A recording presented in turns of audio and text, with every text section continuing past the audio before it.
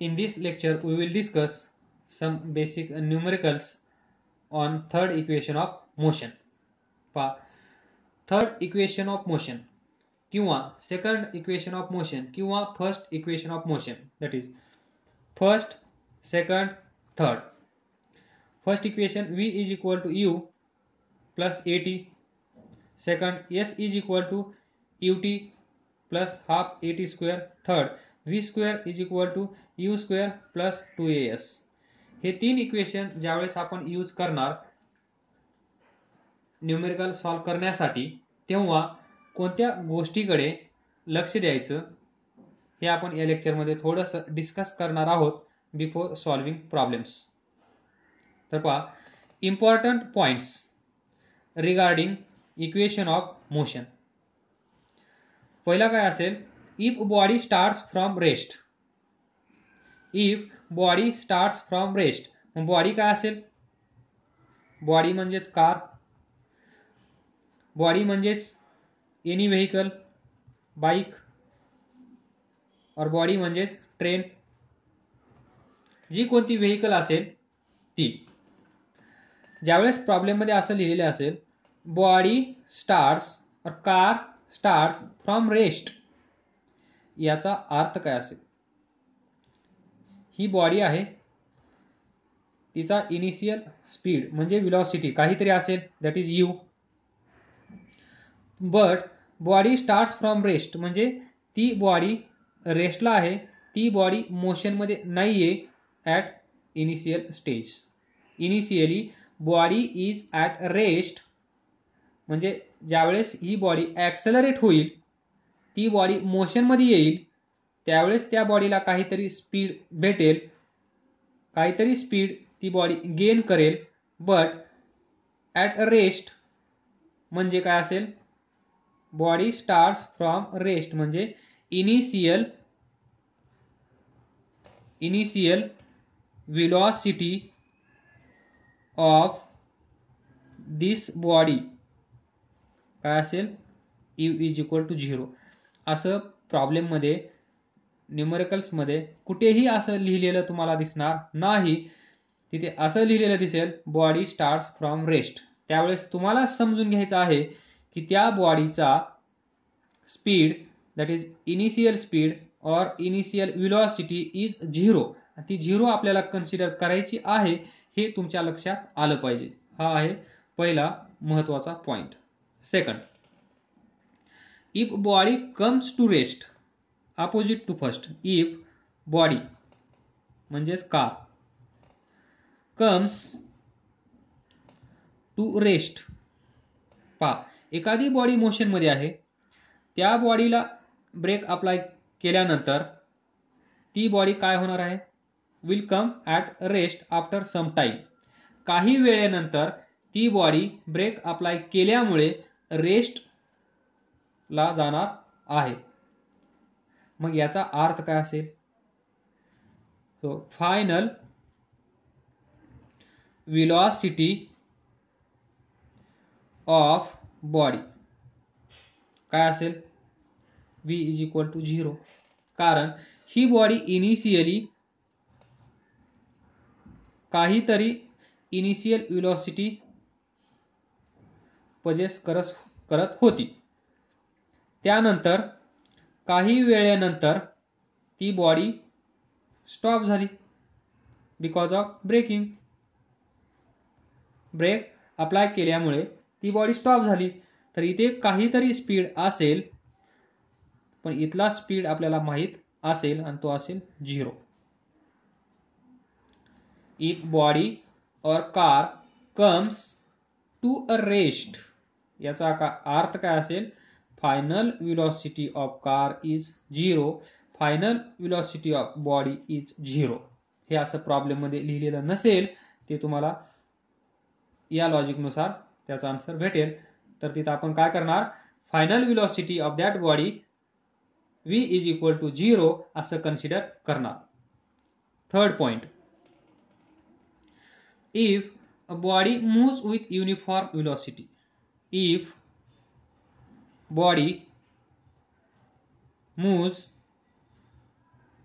with uniform velocity. If body moves with uniform velocity, काय असेल पहा, युनिफॉर्म व्हेलॉसिटी म्हणजे पहा ही बॉडी इथे आहे, या बॉडीचा स्पीड 2 मीटर पर सेकंद आहे, ती बॉडी इथे आली, इथे पण त्या बॉडीचा स्पीड 2 मीटर पर सेकंद आहे, ती बॉडी इथे आली, त्या बॉडीचा स्पीड इथे पण 2 मीटर पर सेकंद आहे, ती बॉडी समजा इथून आली आहे, इथे पण त्या बॉडीचा स्पीड 2 मीटर पर सेकंद आहे. म्हणजे पहा इथे v is equal to 2 metre per second, इथे v is equal to 2 metre per second, इथे v is equal to 2 metre per second, इथे v is equal to 2 metre per second. प्रत्येक वेळेस प्रत्येक पोझिशनला या बॉडीची व्हेलॉसिटी काय आहे, 2 2 2 2 म्हणजेच सेम.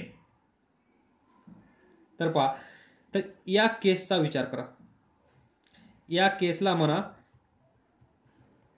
इनिशियल पोझिशन, या केसला म्हणा फायनल पोझिशन. या भरपूर साऱ्या पोझिशन्स आहेत, त्यापैकी आपण 2 पोझिशन कन्सिडर करूया आणि या पोझिशनला म्हणूया इनिशियल पोझिशन, या पोझिशनला म्हणूया फायनल पोझिशन ऑफ बॉडी. मग इनिशियल पोझिशनला जी व्हेलॉसिटी असेल त्याला आपण काय म्हणतो, तर हा v काय असेल, u is equal to 2 metre per second initial velocity. त्यानंतर ती बॉडी इथे गेली, तर इथे जो स्पीड असेल, इथे जी व्हेलॉसिटी असेल ती कोणती व्हेलॉसिटी असेल, फायनल व्हेलॉसिटी. आणि फायनल व्हेलॉसिटी आपण कसं लिहितो, v is equal to 2 metre per second. Initial velocity, final velocity, आणि इथून इथे जाण्यासाठी वेळ लागला t. तर पहा, find acceleration of this situation. What is acceleration, a is equal to v minus u by t. काय असतं हे, rate of change of velocity with respect to time और change in velocity divided by time taken. Change in velocity divided by time taken.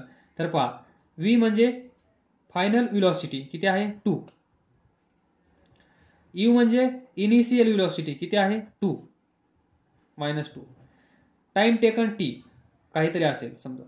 पहा इथे acceleration किती येतं, 2 minus 2 0.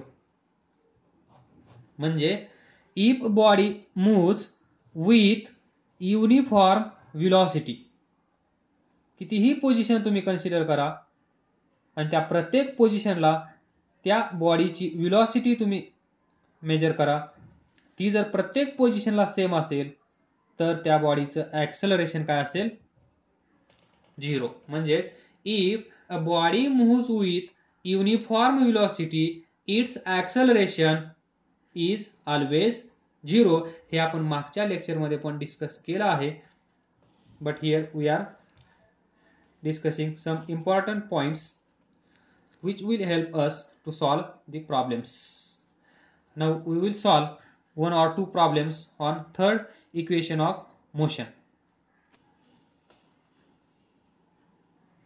See question.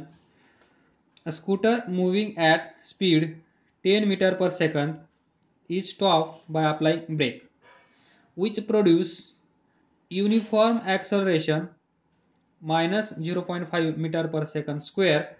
How much distance will be covered by the scooter before it stops?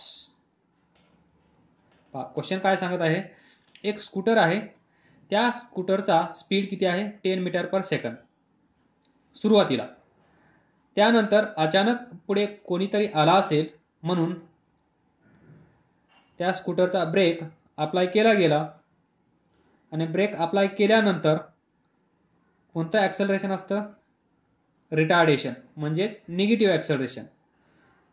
जे acceleration व्हेकलचा speed decrease करतं त्याला आपण negative acceleration म्हणतो.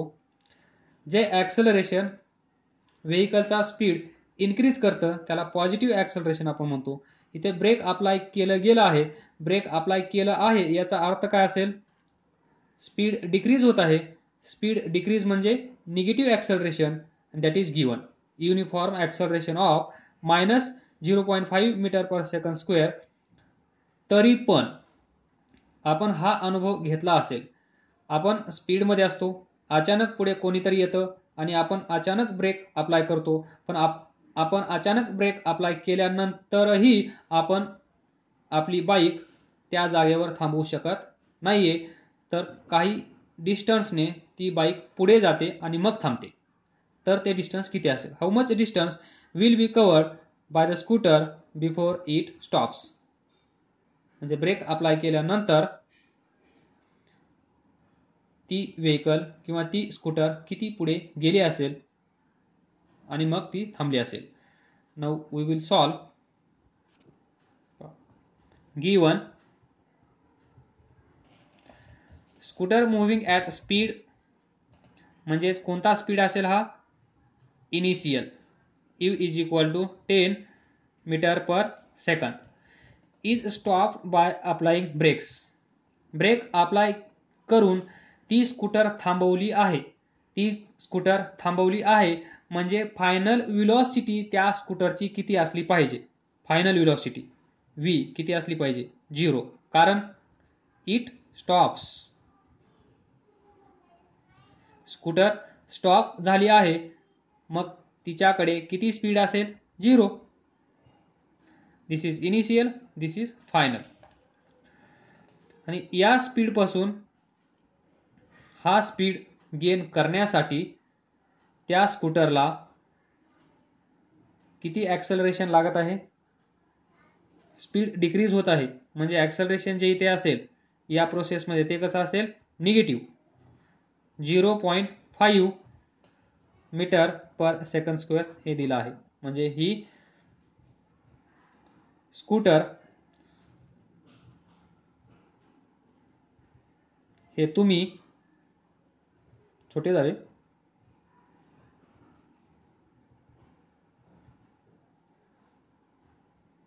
तर पहा, ही स्कूटर आहे, हे तुम्ही आहात आणि स्कूटर चालवतो आणि पुढे अचानक हे भूत आलं आहे, तर तुम्हाला काय करायचं आहे? ब्रेक अप्लाय करायचा आहे. पण इथे ब्रेक अप्लाय केल्यानंतर तुम्ही इथेच थांबणार नाहीयेत, तर काहीतरी डिस्टन्स तुम्ही पुढे जाणार. मग हे डिस्टन्स किती असेल? How much distance will be covered by scooter? हे डिस्टन्स दॅट इज एस. तर पहा, we have 3 equations. v is equal to u plus at, s is equal to ut plus half at square. Third, v square is equal to u square plus 2as. पण पहा, या प्रॉब्लेममध्ये कुठेही time दिलेला नाहीये. काय दिलेलं नाही? Time. Time is not given. आणि ज्यावेळेस टाइम दिलेला नसेल त्यावेळेस तुम्ही third equation of motion use करा, कारण या इक्वेशन मध्ये टाइम कुठेही नाहीये. पहा, टाइम माहित नसेल तर तुम्ही हे इक्वेशन वापरा, 99% तुमचं काम इथे होऊन जाईल. तर ट्राय करूया आपण. v square u square plus 2as. आपल्याला पाहिजे काय? Distance, that is this s पाहिजे. तर s फाइंड करण्यासाठी हा फॉर्म्युला कसा तयार होईल? s is equal to v square. पाठीमागे डिस्कस केला आहे. हा u इकडे जाईल, मायनस होईल, नंतर हे 2u डिवाइड करतील. येते ना तुम्हाला सगळ्यांना? हुशार आहात तुम्ही. v square minus u square is equal to 2as असेल. हा 2a इथून गायब होईल आणि इथे येईल, that is v square minus u square upon 2a. v square minus u square upon 2a. v square final किती आहे? 0 मायनस u इनिशियल किती आहे? u स्क्वेअर 10 चा square 100 divided by 2 into a. a किती आहे? निगेटिव्ह. निगेटिव्हला विसरू नका. ज्या वेळेस ब्रेकिंगचा प्रॉब्लेम असेल कमीत कमी तिथे तरी विसरू नका. a is equal to minus 0.5. हा मायनस मायनस काय होईल? Plus. So 100 divided by 2 into 0.5 किती येतं? 1. सर्वांना माहित असेल 1. So s is equal to, तर पहा, s is equal to 100 metre. म्हणजे ज्यावेळेस तुम्ही तुमच्या स्कूटरला ब्रेक अप्लाय केला त्यावेळेस किंवा ब्रेक अप्लाय केल्यानंतरही तुम्ही किती पुढे गेला आहात? 100 मीटर. 100 मीटर पुढे जाऊन तुम्ही थांबले आहात.